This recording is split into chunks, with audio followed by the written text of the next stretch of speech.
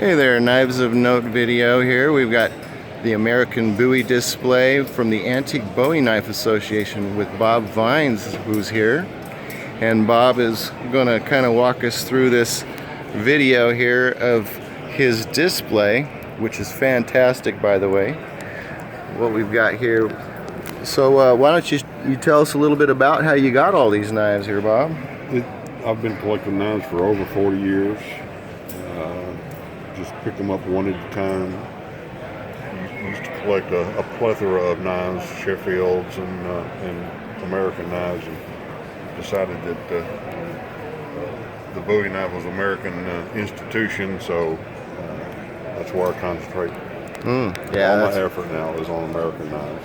Yeah, me too. I like the oldies, the originals, you know, from the original Bowie era. You know, like the little poster says, we didn't invent the big knife, but we definitely invented the Bowie. Yeah. Once Jim got in that little kerfuffle down there on the sandbar in Mississippi. Yeah. This is interesting. So you think that could have been an early dag? I think so. An Indian dag? So the weight of the blade and the width of the blade. Sure looks like it, yeah. And then they just repurposed a handle on there? It came out of a fur trade collection up in Minnesota. So, and a lot of copper goods come out of St. Louis during 1840s, 1850s. And so this is a handmade sheath, and it's contoured just to the profile of that knife. And it's got a little iron rim around the top and a little iron pin in the bottom to kind of reinforce the copper. Oh, that is good. But it's got the old loop on there back, like you see a lot of Confederate Bowies with that little metal loop. And it looks like an old buffalo skinner here. What is that? You know, that could have been a true mountain man, Native American, just frontier man kind of a knife. It's that texture.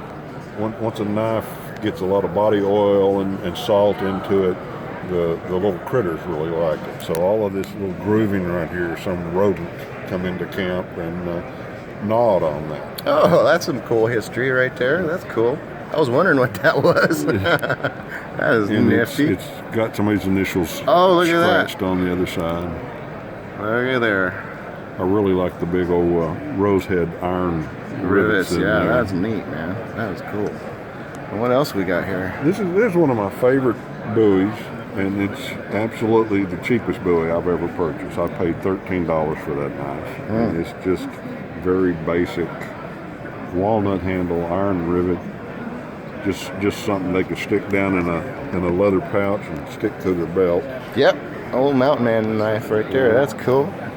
And what we got here is a early American. That's a Bevin. That's kind of a camp knife, hunting knife, Bowie style. Yeah, it says old Bevin right on it. Antler handle that's been rubbed smooth, and it's unusual that it's actually marked. There's very few of the old American knives will make a mark on it. And records are scant for back then, so finding a Bevin has just been impossible. I have seen somebody with a maker that was a Bevin BEVIN, but yep. Well, yeah, you can definitely tell it's period. And pretty cool. You know, the big upslip, a lot of belly to it. Oh, what else we got here? All of these guys in here are Confederate Bowies. Okay. Come out of several different collections. Look at that D-guard right there. That's bad. 1862. And we got here. This was a knife that was found in a crawl space underneath a house that J.H. Morgan used as his headquarters. And it was discovered about 15 years ago by a phone man that was under there doing some phone line work. Man, that is awesome looking knife. And you can tell it's got some ground effect where it's laid against something, and then the other side it's pretty pristine. Oh wow! So it's a pretty cool piece. Look at that, guys. That is really cool. And this was the first D-guard I ever added to my collection with the original sheath. And the original sheath is quite deteriorated. And the verbal provenance I got with it was blood that contaminated it, and you can still see some definite stains. So I'm a retired registered nurse, so I took a sampling of that, ground it up, and there is a test that you can test for hemoglobin, which is the oxygen carrying element in our red blood cells, and it tested positive for hemoglobin. So it's definitely blood. Cool. But the acidity of the blood has kind of eaten through the sheath. Put away wet, so to speak. Yeah. And there's no way I can confirm without sending it to a real serious forensic lab if that's horse blood or what. But the knife itself is pretty quality. Oh yeah, it's beautiful. It's got some file work on the guard. Oh, look at Hardly there. ever see that. The Confederate knives are pretty basic. And it's got a brass retaining cap with a tang over that. That's cool. That was actually discovered in Colorado, but the guy that had it is from, I think he's from Arizona.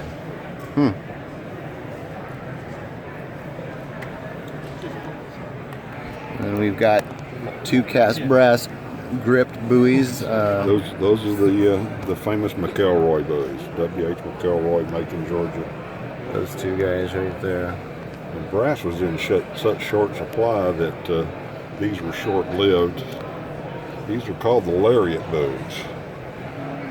And the legend is they would wrap a rope through there and throw these, whirl them around and throw them from hand to hand. And I think it's bull hockey. Yeah. But That.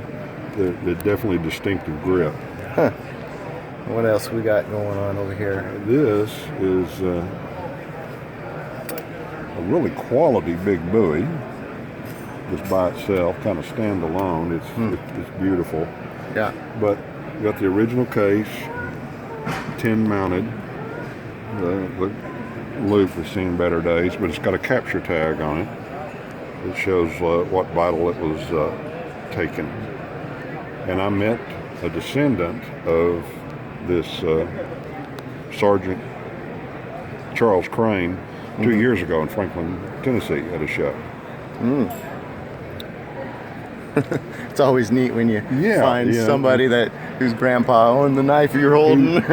He was coming through the show, and I had this display up, a little different orientation, but he like left skid marks when he saw that. Yeah, that's awesome. Oh, This is a little running joke. yeah. Late in the war, Everybody between the thinks states, yeah. Souths are running out of raw materials. Some Southerners were forced to fight with the wooden D-guard buoy handles. Just kidding.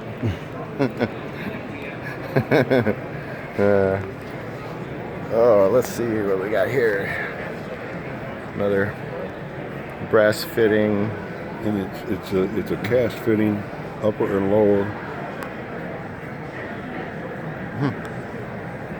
But the quality of the casting is like an order of magnitude better than the Civil War, and that's really about the only information I've got on it.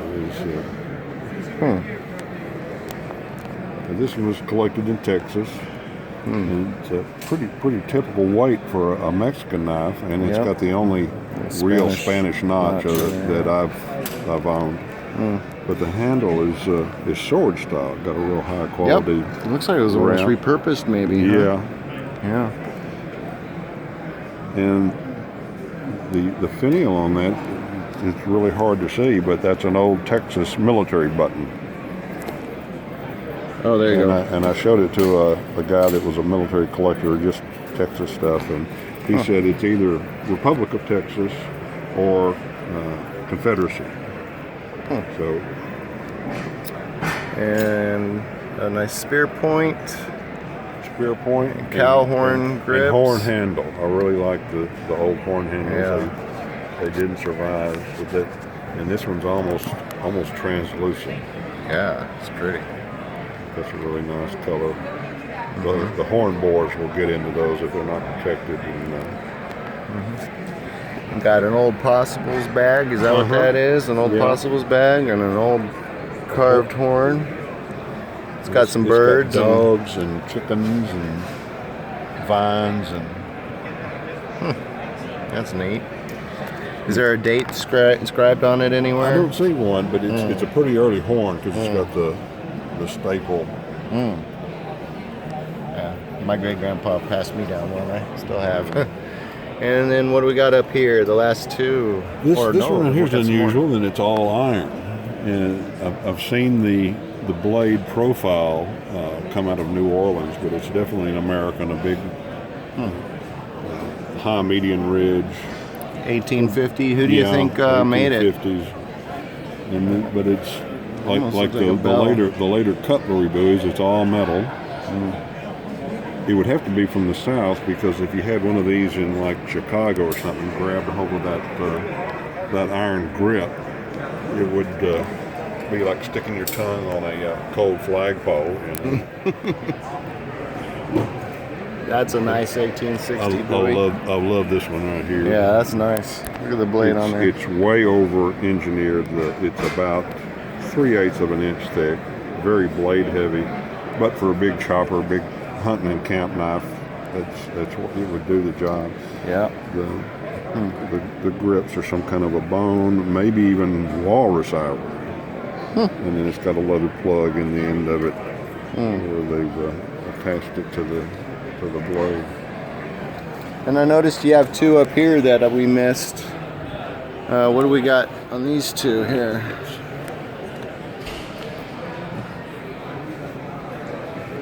This is probably 1820s to 1840s. Some kind of a tool or implement that's been re-implemented. It's got a high median ridge. Definitely got some irregular forging anomalies on one side. Got a little delamination of the metal right there. And then the other side is just flat. 1840s, that sounds about right. It's, early, maybe even earlier than that. Because basically back then, or before Bowie started calling buoys, 1835-ish, this is pretty common in that area. That and even your Spanish knife there. It's an old piece of antler. Got a couple of notches in there that I always think are kind of spurious. That's cool though. Yeah. Yeah, that is an definitely early knife, colonial. That's cool. And that one actually came. That's important. That's an important knife. From my stomping grounds in Texas. I picked that up at a show in Fort Worth. Wow. Yeah, that is definitely cool. This is pretty typical of some of the naval cutlasses from the Civil War. It's got a one-piece grip, and I think it's called South Carolina type of retaining capstan on there and cast brass. Cool. And no markings on it? No markings on it. Almost looks like one of those McElroys. Kind of, in a way, right? I used to have an old McElroy that had the same type of handle on there. Wow. Well, and the forest buoy that's supposed to be the buoy has a crude checkering on the handle sort of like that. Yeah. Wow, well that is one definitely awesome display. It must have taken you a long time to build it and acquire it. Very impressive. What's nice is it changes every year. Pull a couple out, kind of move them around a little bit. Well, I definitely want to thank you for showing us, and we appreciate it. Yeah, it's a passion, so it's no problem whatsoever. All right. Well, hey, have a good one. Thank you. Bye-bye.